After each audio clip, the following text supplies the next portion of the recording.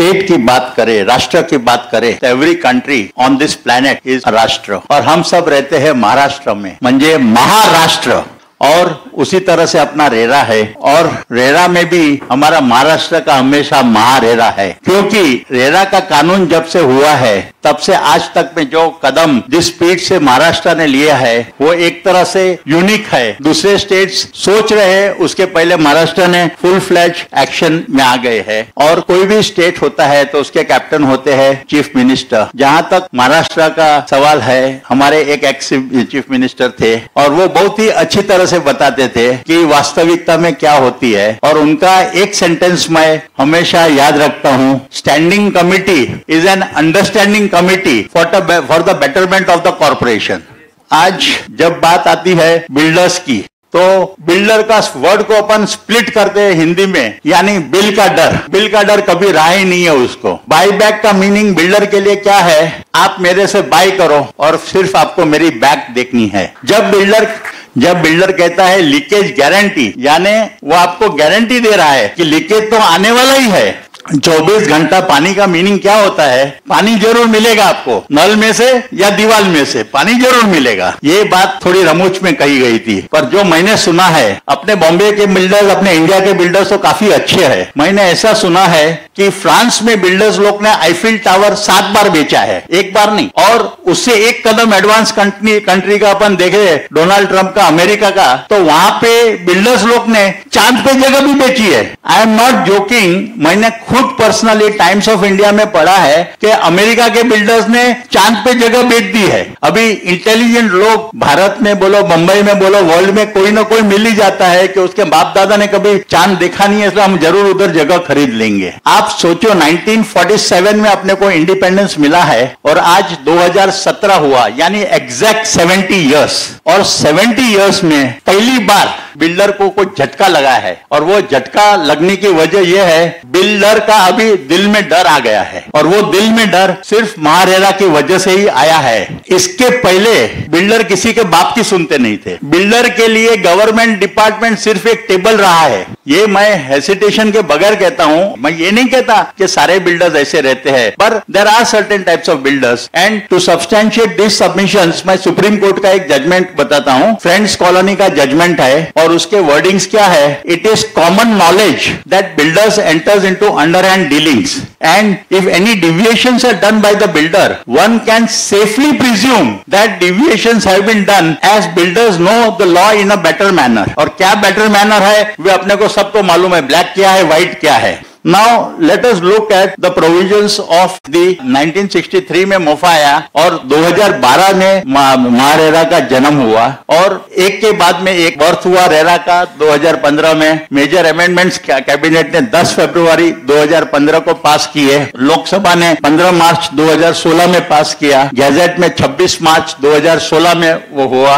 महाराष्ट्र के रूल्स बने 20 अप्रैल 2017। प्रेसिडेंट ने जो एसेंट दिया था वो 25 मार्च 16, और 24 अप्रैल 2017 को महारेरा के रूल्स बने, और वो बच्चा पैदा हुआ। बच्चा अभी आईसीयू से बाहर आ रहा है 1 जुलाई 2017। तब तक डेट में जिन लोगों ने मस्ती की हुई या कोई भी वजह से मस्ती को सुधारने का मौका चाहे, तो they have got that much time.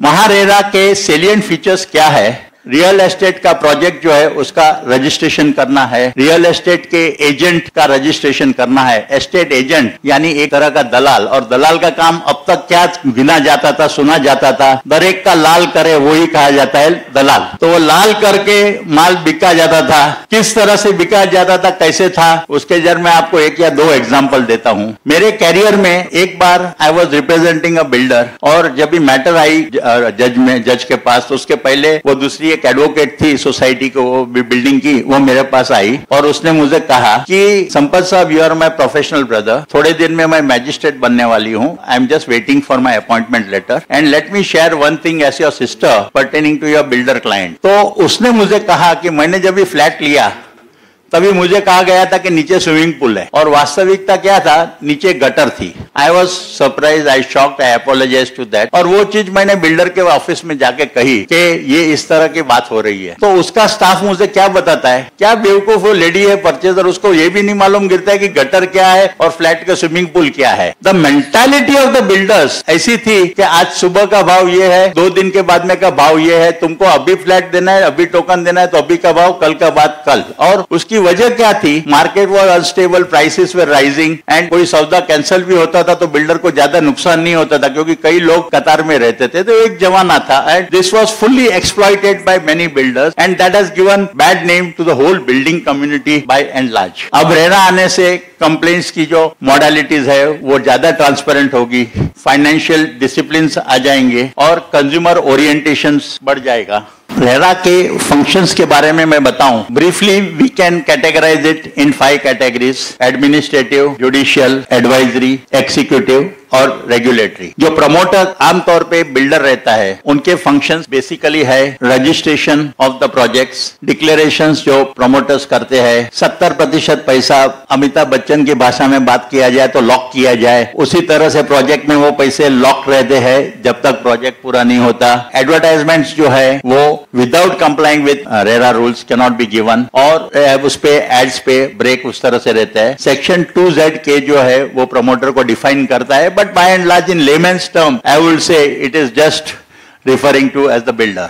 जो फ्लैट खरीदते हैं उनके राइट्स भी है और लायबिलिटीज भी है। राइट्स में ये है कि उनको प्रोजेक्ट का किस तरह से है, प्लान्स है, इंफॉर्मेशन है, स्टेज वाइज शेड्यूल है, किस तरह से बनने वाला है, डिक्लेरेशंस, अगर बिल्डर मस्ती करता है, टाइम पे नहीं देता है तो उसको उस पे ब्याज देना पड़ता है। और जिम्मेदारियां परचेजर्स की क्या है, क्योंकि ताली कभी भी एक हाथ से बजने वाली नहीं है। अपने को ऐसा नहीं है कि बिल्डर ने एक जमाने में राज किया तो उसकी कोई अभी ये परचेजर उस पर राज करे, वो कभी भी कोई भी गवर्नमेंट ऑफिस का इंटेंशंस नहीं देता है। गवर्नमेंट ऑफिसर के लिए all are like their eyes, चाहे वो बिल्डर है, एस्टेट एजेंट है या फ्लैट परचेजर है, they want them to flourish, grow, and they want them to do business in a fair and judicial manner. तो वो परचेजर से क्या ऑब्लिगेशंस एक्सपेक्ट करते हैं कि जो भी जिम्मेदारियां पैसा भरने की होती है वो उसको भरनी चाहिए। इंटरेस्ट जो है उसको डिले होता है तो उन पे इंटरेस्ट देना है, और जो भी टर्म्स कंडीशंस है that has to be in black and white. जो रूल्स आए हैं वो rules clarify many things, like किस तरह से कॉम्पेंसेशन, पनिशमेंट क्या है, कैसे प्रॉपर्टी बेचने का, सर्टिफिकेशन कैसे करने का, कारपेट एरिया, रजिस्ट्रेशन, बिल्डर्स के income tax returns to be filed, registration project का करने का, और प्रॉपर्टी में ट्रांसपेरेंसी होनी चाहिए। ऐसा नहीं है कि बिल्डर खुद की छाती पे सब सीक्रेट्स रखे, because the winds of change are flowing, and वक्त के साथ साथ नई टेक्नोलॉजी है। और मेरे हिसाब से ये पहला गवर्नमेंट डिपार्टमेंट है जिसने कंप्यूटराइजेशन का मैक्सिमम यूज किया है। यहां तक वो चाहते हैं डिपार्टमेंट कि आप हमारे ऑफिस में भी मत जाओ, सारा चीज ऑनलाइन कीजिए, और आप there software is such a user friendly कि you just name a problem, आपका जो प्रॉब्लम है उनके क्वेश्चन आंसर्स आपको मिल सकते हैं। और हमारे ऑफिसर सब इतने कोऑपरेटिव है कि आप जेन्युइन प्रॉब्लम के साथ जाओ, they are always willing to help the people. You come with a genuine problem and the resolution reply is there. और आपसे ऑफिसर्स एक ही रिक्वेस्ट करते हैं, आप बेशक आइए, पर उनकी ये एक्सपेक्टेशंस है कि आप हमारी वेबसाइट पहले देख लीजिए, उसके क्वेश्चन आंसर्स देखिए, और आपका जो भी वैल्यूएबल सजेशन है वो सजेशन आप भेजिए। आपको सबसे पहले प्रोजेक्ट का रजिस्ट्रेशन करना है। जब तक आप प्रोजेक्ट का रजिस्ट्रेशन नहीं करते तब तक आपको ये जो है एडवर्टाइज जो है आप दे नहीं सकते। सारे ऑनगोइंग प्रोजेक्ट्स जो है कंप्लीशन सर्टिफिकेट नहीं मिला है उसका आपको ट्रांसपेरेंसी रख के 3 महीने के अंदर वो जो है वो आपको शेयर करने हैं डिटेल्स। रजिस्ट्रेशन के प्रपोजल में ढेर सारी आपको इंफॉर्मेशन देनी है विच पर्टेन्स टू अथॉरिटीज के जो इंफॉर्मेशन है, ट्रांसपेरेंसी है, उसके साथ जो फॉर्म्स भरने हैं, फीस भरनी है, डॉक्यूमेंट्स साथ में देने हैं। आप इसमें से कब बच सकते हो? अगर आपका फ्लैट का एरिया 500 स्क्वायर, वो जो प्रोजेक्ट है उसका 500 स्क्वायर मीटर से है और आपके 8 फ्लैट या उससे कम है तो, या पर्सनल यूज के लिए है, कमेंसमेंट कंप्लीशन सर्टिफिकेट आपको मिल गया होवे और आप खुद ही आप बिल्डिंग को रिपेयर कर रहे हो, अगर इसमें आप फिट होते हो तो आपको रेरा के पास आने की जरूरत नहीं है। अब WW अब शुरू होता है तो उसका पहला कदम है, अपने 32 दांत है, उसी तरह से सेक्शन 32 है हमारे रेरा का एक्ट का। वो क्या कहता है कि आपका कोई भी एप्लीकेशन है, कुछ भी है, तो आपका हो सकेगा तब तक 60 डेज में वो सॉल्व करके उन लोग अथॉरिटी दे देगी। रियल एस्टेट अथॉरिटी है, उनके फंक्शंस क्या है?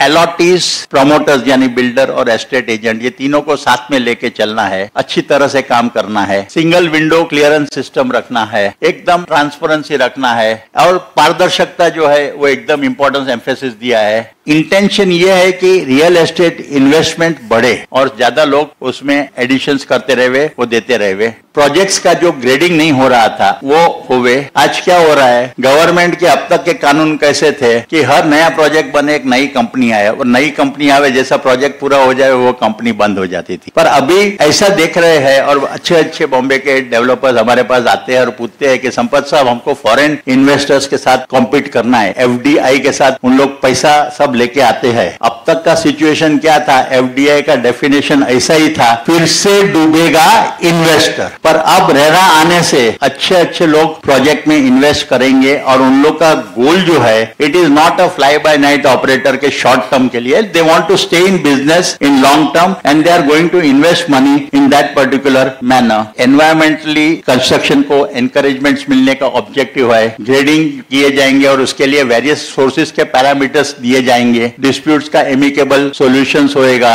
जो गवर्नमेंट के रिकॉर्ड्स है वो डिजिटलाइजेशन पे जाएगा। आप में से कई लोग ने देखा रहेगा कि कभी आपने टाइटल सर्टिफिकेट लेते थे तो पहले एक डायलॉग हमको सुनने को ऑब्वियसली मिलता था कि some records are not in government office, और उसके कई एग्जांपल्स है और बेस्ट एग्जांपल है फॉरेस्ट लैंड का कि वहां रिकॉर्ड ही नहीं थे और रिकॉर्ड थे तो किस तरह से मेंटेन किए उसके बारे में बोलना, the less the said it is better. और कोई भी इश्यूज होते हैं प्रमोटर्स के तो वो सबको किस तरह से रिजॉल्व करवा, ये सब जुरिस्डिक्शन आता है महारेरा अथॉरिटी का। अगर वो कुछ चुकादे देता है और उनसे आपको लगे कि इंसाफ बराबर नहीं मिला है तो आप 44 नंबर की कलम के मुताबिक रियल एस्टेट ट्रिब्यूनल पे पास जा सकते हो। हालांकि जाने से पहले अथॉरिटी ने रूल्स इनबिल्ट फ्रेम किए है कि आपको जाना है तो कम से कम 30% पेनल्टी आपको जमा करानी है, फिर ही आप जा सकोगे। यहाँ पे मैं एक चीज बताना चाहूंगा, प्रिंसिपल अमाउंट क्या है, इंटरेस्ट क्या है, पेनल्टी, ये कम से कम लफ्ज है 30%, उससे ज्यादा भी रेरा अथॉरिटी कह सकती है, आप ज्यादा बताइए। यहाँ पे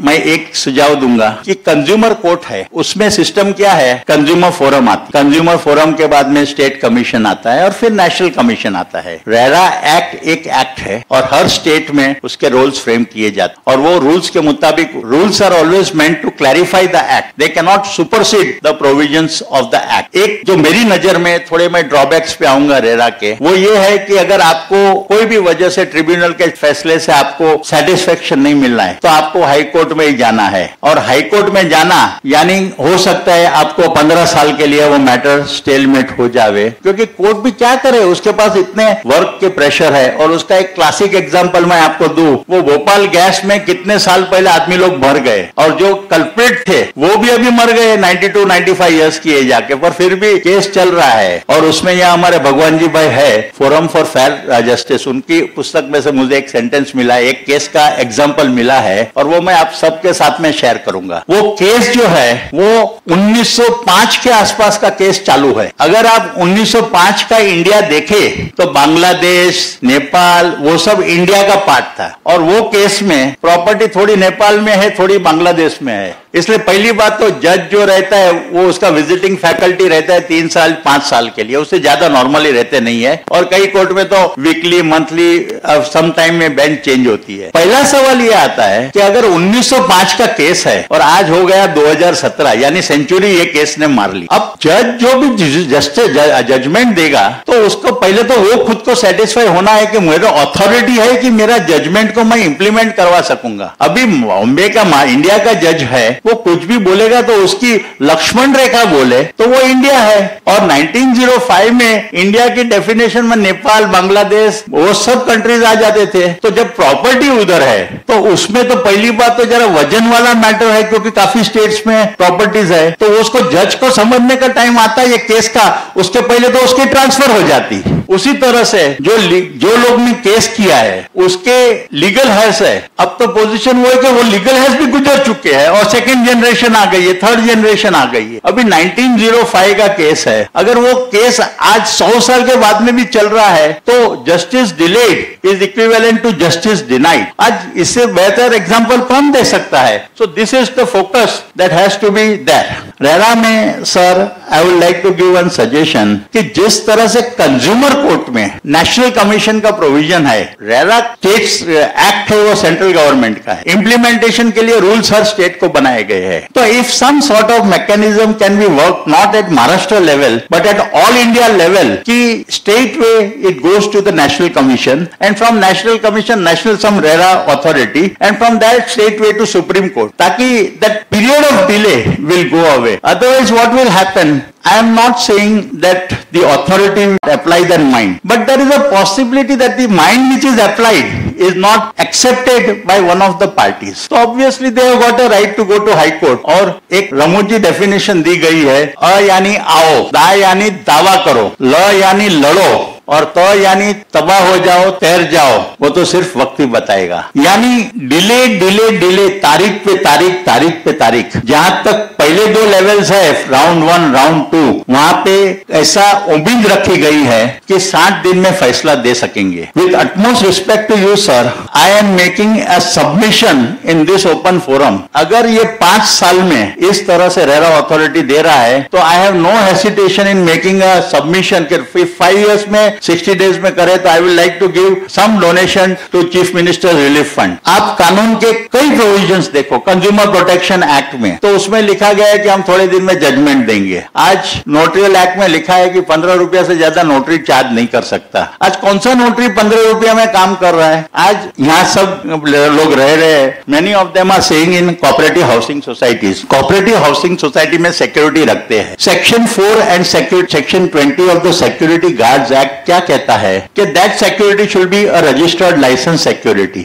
और मुझे यकीन के साथ कहने में हेसिटेशन नहीं है कि 90% of the cooperative societies are not having this, following this law. क्योंकि आज वो रजिस्ट्रेशन करवाने को जावे तो 8 घंटे का वॉचमैन का 15 से 20 हजार का सैलरी होगा। और आप ही सोचो कितनी अपनी कोऑपरेटिव सोसाइटीज उसको फॉलो कर सकते हैं, इंप्लीमेंट कर सकते हैं। और दुख की बात यह है कि this is a cognizable offence. आज सोसाइटी खुद एक सिक्योरिटी रखते हैं, वॉचमैन रखते हैं, चाहे वो रजिस्टर्ड है कि नहीं है, उसमें गवर्नमेंट इसको कॉग्निजेबल ऑफेंस क्यों बनावे? और कॉग्निजेबल ऑफेंस की वजह से you can not get bail. The police duty is to just arrest him, produce before a magistrate, और मैजिस्ट्रेट में वो कन्विक्शन एडमिट करता है तो लीनियंट पनिशमेंट रहती है। Otherwise it can be imprison for a substantial period. And as per the provisions of law, in my opinion, the managing committee members of a cooperative society are the principal officers who can be held liable. Law is not made for men. Man is not made for law. Law is made for men. So the intention has to be such. The taxes which the government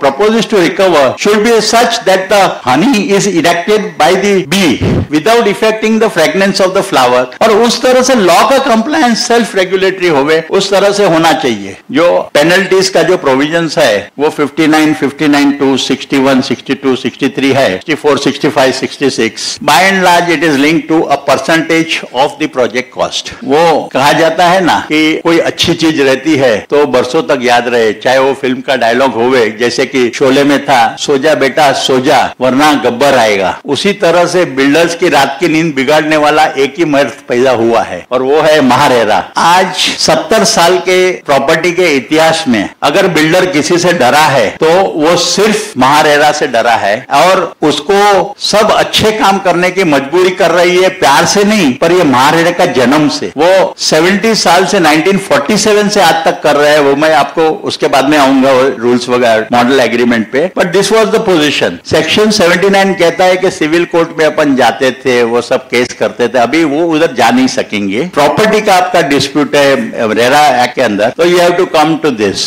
सिर्फ एक exception है और वो है consumer courts, and that also let me share with you. Everyone in principle wanted to give this particular right to RERA authorities, but Consumer Minister Paswan, he insisted nothing doing. I want this right to remain with Consumer Protection Act, and that is the only reason why Consumer Protection Act का भी आप जा सकते हो।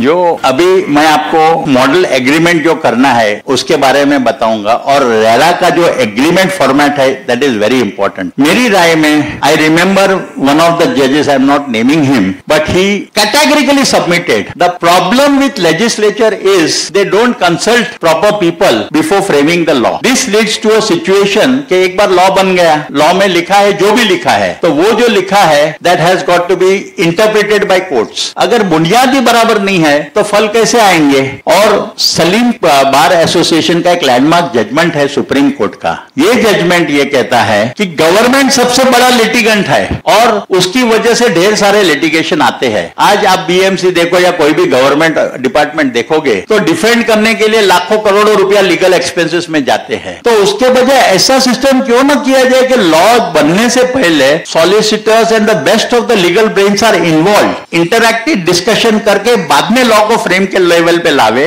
ताकि mistakes जो है जो ब्यूरोक्रेट्स की ड्राफ्टिंग में आती है और प्रोफेशनल्स की ड्राफ्टिंग में आती है उसमें man power time over a period of 5 years 10 years वो बहुत ही कम होगी, सस्ता भी गिरेगा और चीप भी गिरेगा। कई बार cheap is costly and costly is cheap. तो ये प्रॉब्लम थोड़े मैं पॉइंट्स आपको मॉडल एग्रीमेंट के बारे में बताता हूं। उद्देश्य एकदम बढ़िया है, the end user should be protected which is the flat purchaser, that is the intention. However I will request the secretary to take into consideration some of my points. Point number 1 जो मैं समझ रहा हूं, there is no provision for conforming party in the model agreement. I may be wrong, afterward you can correct me on that thing. MOFA में form number 1, form number 2, form number 3, form number 4 वैसे clauses थे। Unfortunately those forms have been removed in the RERA thing. Annexures के number भी देखते हैं तो शुरुआती annexure F से होती है। एक्चुअली ड्राफ्टिंग का रूल रहेगा, आज उसमें कोई पॉइंट नहीं है लॉ का, but the framing policy should be such that कोई भी डॉक्यूमेंट का होता है। मेरे काफी दोस्त लोग जो लॉयर्स बैठे हैं they will agree with me कि एनेक्शर A से शुरुआत होना है। अभी लॉ पॉइंट में एनेक्शर F लिखो या A लिखो उससे कोई फर्क नहीं गिरता, but that should always come in uniformity. अभी रजिस्ट्रेशन ऑफ डॉक्यूमेंट है एग्जाम्पल के रूप में क्लॉज नंबर 18 भी बताता है, 25 भी बताता है, 26 भी बताता है। Marketable title clear and marketable वो क्लॉज नंबर 13 में बताया गया है। Now if you look at marketable title, आज as a lawyer I will share with you, property एक के नाम पे है, वो गुजर गया, उसके बेटे आए। पहले क्या था, डेवलपमेंट एग्रीमेंट पे 1% स्टैंप ड्यूटी और कन्वेंस पे 5%। तो पैसा तो सबको प्यारा है, इसलिए पैसा बचाने के लिए सब जो है 1% भरते थे। 1% भरते थे, जब आदमी गुजर जाएगा तो उसका बेटा जब बड़ा होगा तो कोई लॉयर के पास जाएगा, और लॉयर भी एक बिजनेसमैन ही है, वो सामने वाले को ये पूछेगा कि अगर ये लिटिगेशन करे तो तेरा क्या नुकसान होता है लीगल फीस के अलावा। तो बोलते चलो कर लो लिटिगेशन करते, इसलिए एक सिंपल लिस्ट पेंडेंस फाइल होती है सब रजिस्ट्रार में। सब रजिस्ट्रार में लिस्ट पेंडेंस फाइल होती है, इसलिए जो भी प्रॉपर्टी का सर्च लेगा उसमें आएगा कि ये भाई साहब का इतना क्लेम है, कोर्ट में केस चालू है उसकी वजह से। तो उसका ये इंप्लीकेशन होता है कि 90% of the property titles in Bombay